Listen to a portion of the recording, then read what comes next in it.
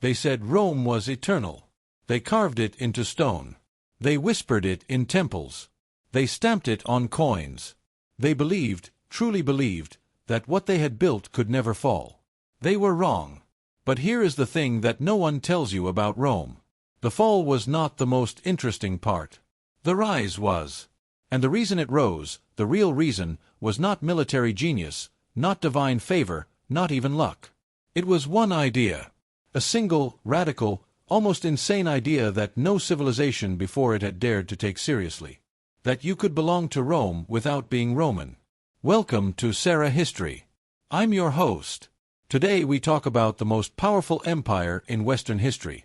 We talk about how 7 hills became the center of the world.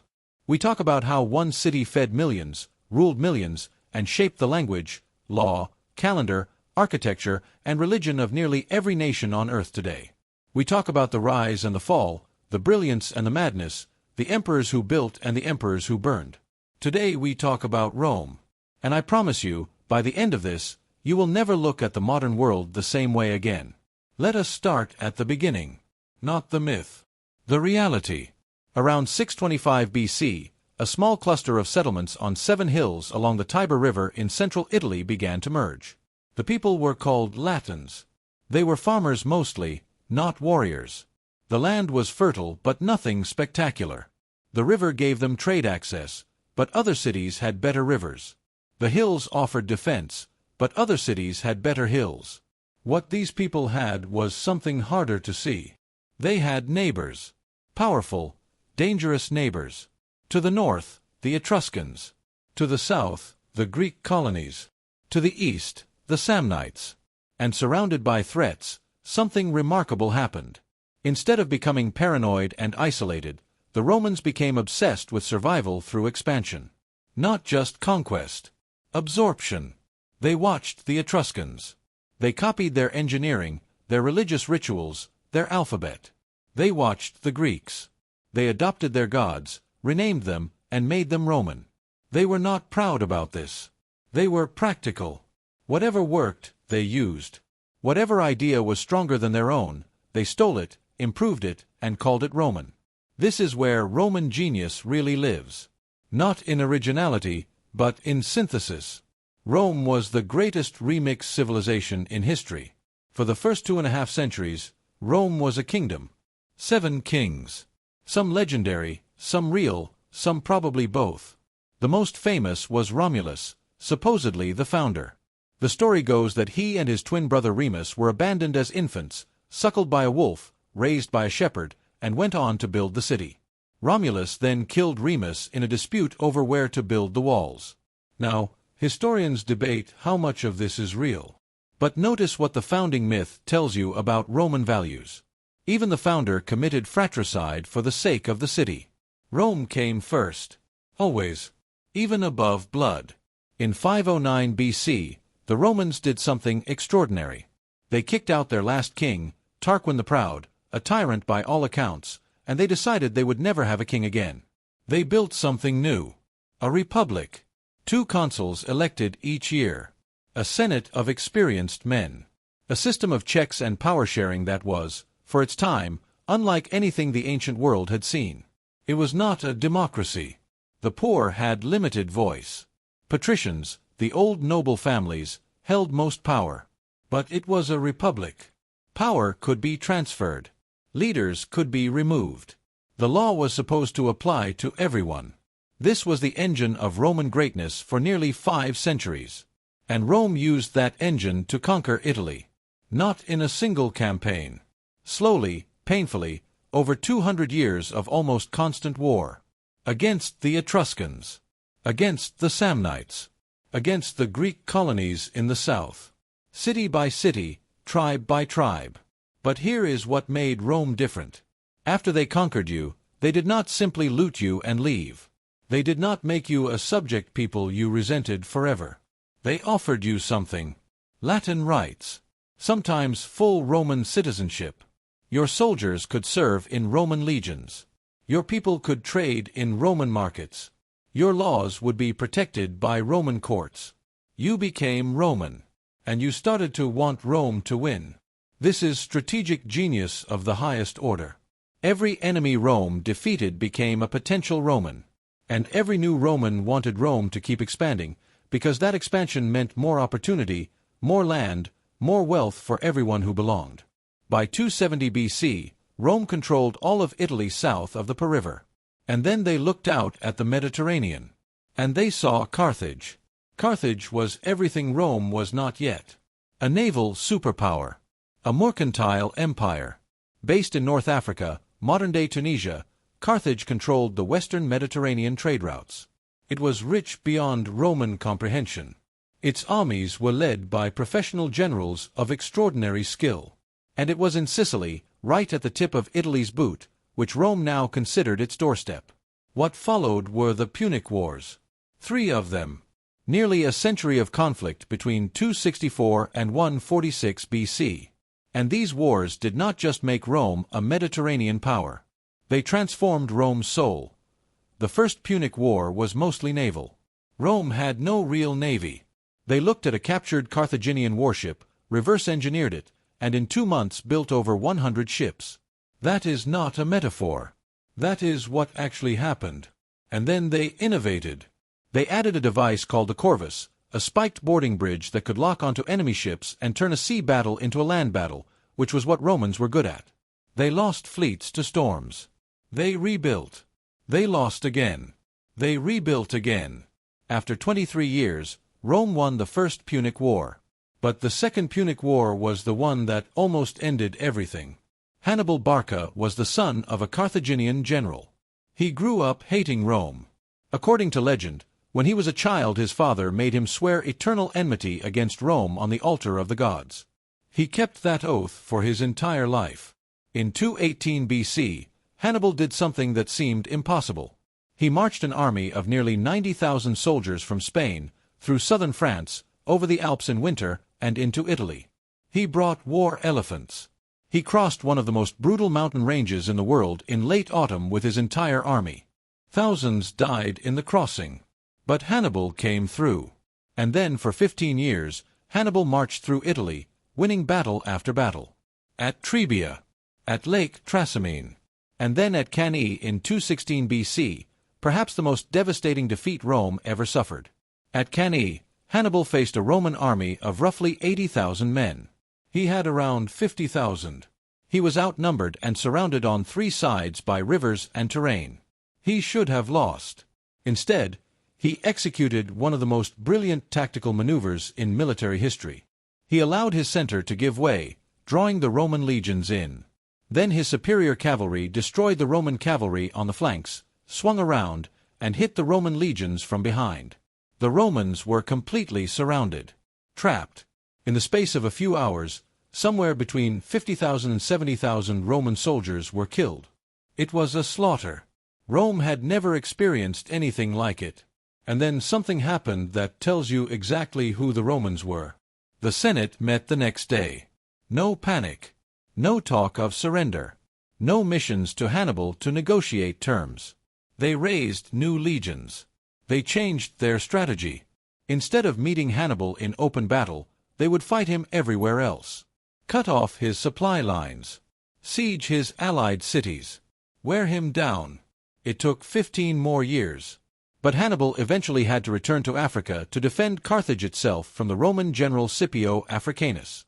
At the Battle of Zama in 202 BC, Scipio defeated Hannibal. It was the greatest Roman general beating the greatest Carthaginian general on African soil.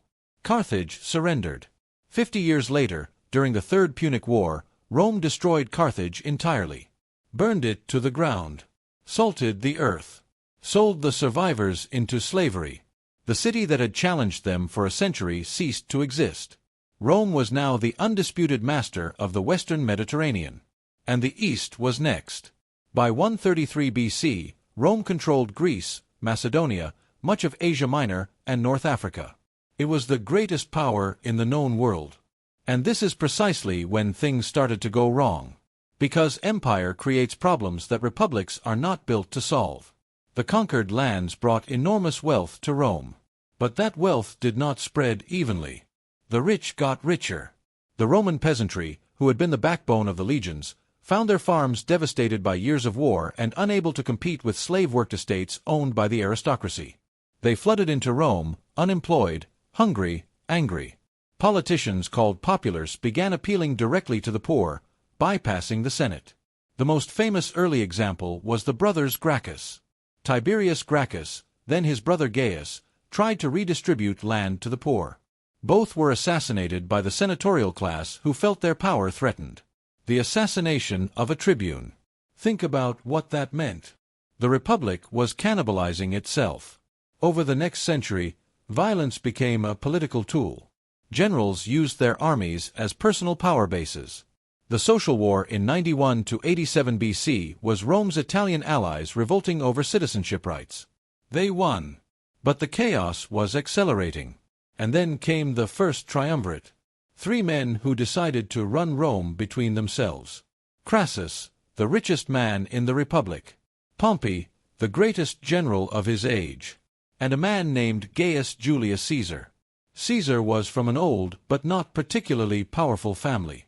He was a genius of self-promotion, an electrifying speaker, deeply in debt for much of his early career from throwing lavish parties and games for the Roman people. But he understood, better than almost anyone, that the Republic was finished. The question was simply who would replace it. From 58 to 50 BC, Caesar conquered Gaul, modern France, Belgium, parts of Switzerland and Germany. He crossed the Rhine. He crossed the English Channel. He turned what had been a military assignment into one of the great conquest campaigns in history, and along the way he made himself phenomenally wealthy and built a loyal, battle-hardened army that loved him personally. When the Senate, alarmed by his power, ordered him to disband his army and return to Rome as a private citizen, Caesar made his choice.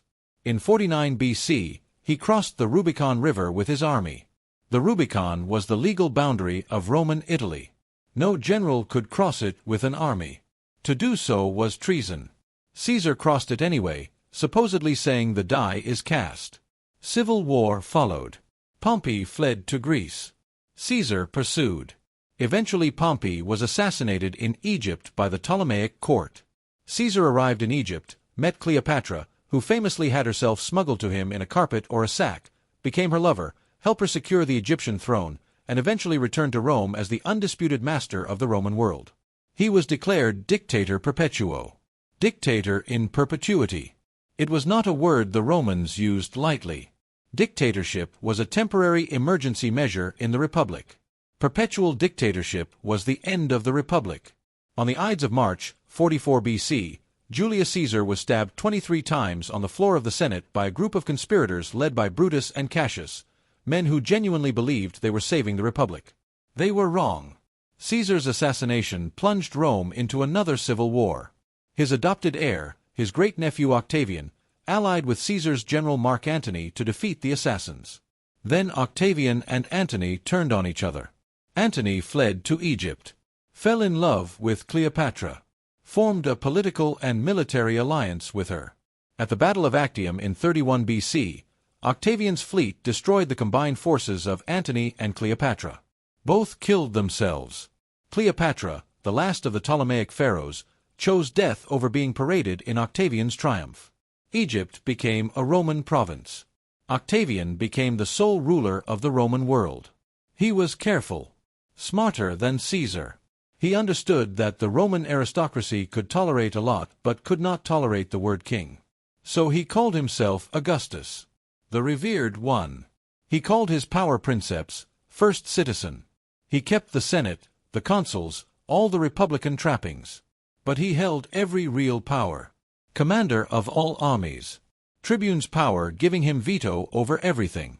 Control of the treasury. He was an emperor. The first Roman emperor. But he never called himself that.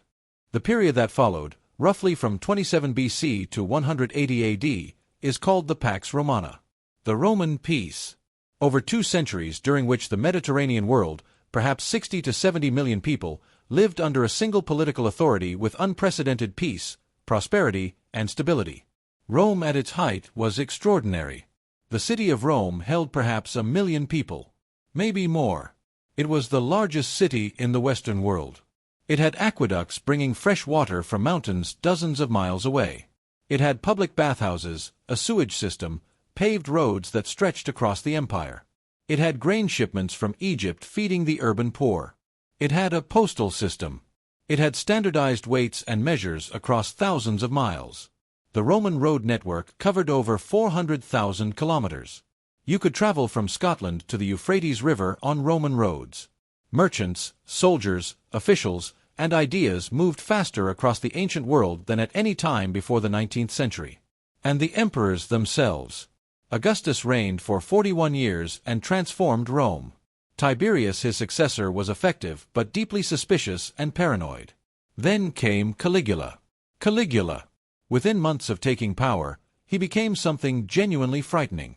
He executed people on whims. He reportedly made his horse a consul, though historians debate whether this was madness or theatrical contempt for the Senate. He demanded to be worshipped as a living god. After 4 years, the Praetorian Guard, the imperial bodyguard, assassinated him and replaced him with his uncle Claudius. Claudius was considered a fool by his family his entire life. He stuttered.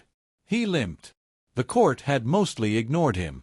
He turned out to be an excellent administrator.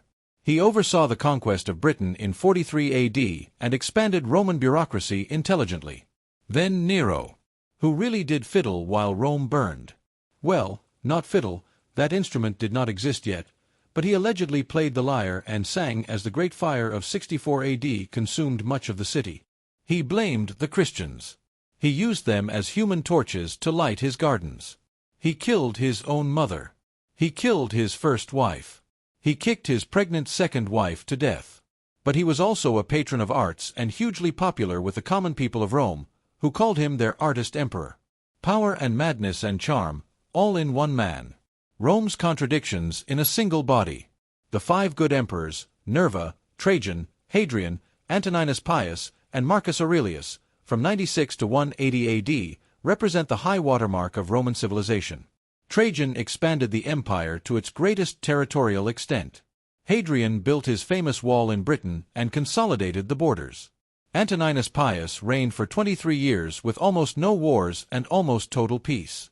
Marcus Aurelius, who wrote the Meditations, one of the greatest works of philosophy in Western history, fought defensive wars on the frontier while battling plague and wondering quietly in his private journal whether anything he did actually mattered in the long run of time. He was a philosopher-emperor in the truest sense. And when he died in 180 AD, he was replaced by his own son Commodus, who believed he was the reincarnation of Hercules, appeared in the arena to fight gladiators, renamed Rome after himself, and was eventually strangled in his bath by a wrestling partner hired by his own court. After Marcus Aurelius, the cracks became chasms. The century following his death saw over 50 emperors, most of them assassinated. The empire was repeatedly divided, reconstituted, and divided again. Plague killed millions. The barbarian pressure on the frontiers increased steadily. Diocletian, who came to power in 284 AD, tried to solve the problem by formally splitting the empire into eastern and western halves, each with its own emperor and deputy emperor. It helped. For a while. Constantine, who ruled from 306 to 337 AD, reunified the empire briefly, moved the capital east to a city he named after himself, Constantinople, and most consequentially, converted to Christianity. Before Constantine, Christians were a persecuted minority. After Constantine, Christianity became the favored religion of the Roman state. Within decades, it was the official religion. A faith born among poor fishermen in occupied Judea had conquered the empire that had tried to destroy it. But the western half kept crumbling. The Visigoths sacked Rome in 410 AD. The psychological impact was devastating. Citizens across the empire wrote in shock. The eternal city had fallen. Not permanently. Not yet. But the word eternal had lost its meaning. In 476 AD, a barbarian chieftain named Odoacer deposed the last Western Roman emperor, a teenager named Romulus Augustulus, and did not bother appointing a successor. He just sent the imperial regalia to Constantinople and said the West no longer needed an emperor. That is the traditional date for the fall of the Western Roman Empire. 476 AD. But what does fall even mean? The eastern half, which we call the Byzantine Empire, continued for nearly another 1,000 years until 1453 AD, when it fell to the Ottoman Turks. We discussed that in an earlier episode. The languages descended from Latin, French, Spanish, Portuguese, Italian, Romanian, are spoken today by over 1 billion people. Roman law forms the foundation of legal systems across Europe and Latin America. Roman architecture, the arch, the vault, the dome, inspired every major architectural tradition in Western history. The very calendar we use, with its 12 months and its leap years, was reformed by Julius Caesar and then again slightly by Pope Gregory. Christmas is in December partly because of the Roman winter solstice festival of Saturnalia. Our week has 7 days because of Roman astrology. When you drive on a highway, you are following the logic of Roman road engineering. When you flip on a pipe and water comes out, you are benefiting from Roman hydraulic technology. When you go to court, you are participating in a legal tradition Rome built. When you go to church or mosque or read about Christianity or Islam, you are interacting with a world those faiths conquered partly because they conquered Rome. Rome did not fall. Rome dissolved into everything around it. It became the water we swim in, invisible, everywhere, essential. The real lesson of Rome is not about military genius, though there was plenty. It is not about engineering, though it was remarkable. It is not even about law, though it was transformative. The real lesson is about identity and inclusion. Rome rose because it answered a question that destroys most empires. Who gets to belong? Rome kept expanding its answer. First Romans, then Latins, then Italians, then provincials. By 212 AD, Emperor Caracalla granted Roman citizenship to virtually every free person in the empire. A farmer in Syria, a merchant in Gaul, a soldier from North Africa, all Romans. All equal before Roman law. When Rome stopped doing that, when it started building walls instead of roads, when it started closing citizenship instead of expanding it, when the elite began pulling up the ladder of belonging, the body of the empire was already dead. It just took a few more centuries for the corpse to stop moving. That is the story Rome tells us. Not about glory. About what happens when a civilization forgets what made it great. Every empire in history has faced the same question. Who belongs? Who is included? Who gets the rights, the protection, the opportunity? The ones that answered generously, that kept expanding the circle, lasted the longest and built the most. The ones that answered with fear and exclusion rotted from the inside and fell to enemies they had once absorbed. We are not so different from those 7 hills on the Tiber. We are still asking the same question today. And how we answer it will determine everything. This has been Sera History. Episode 9. If this made you think, if it made you see the present in the past, share it with someone who deserves to hear it. We will be back with another story from the great human experiment. History is not behind us. It is us.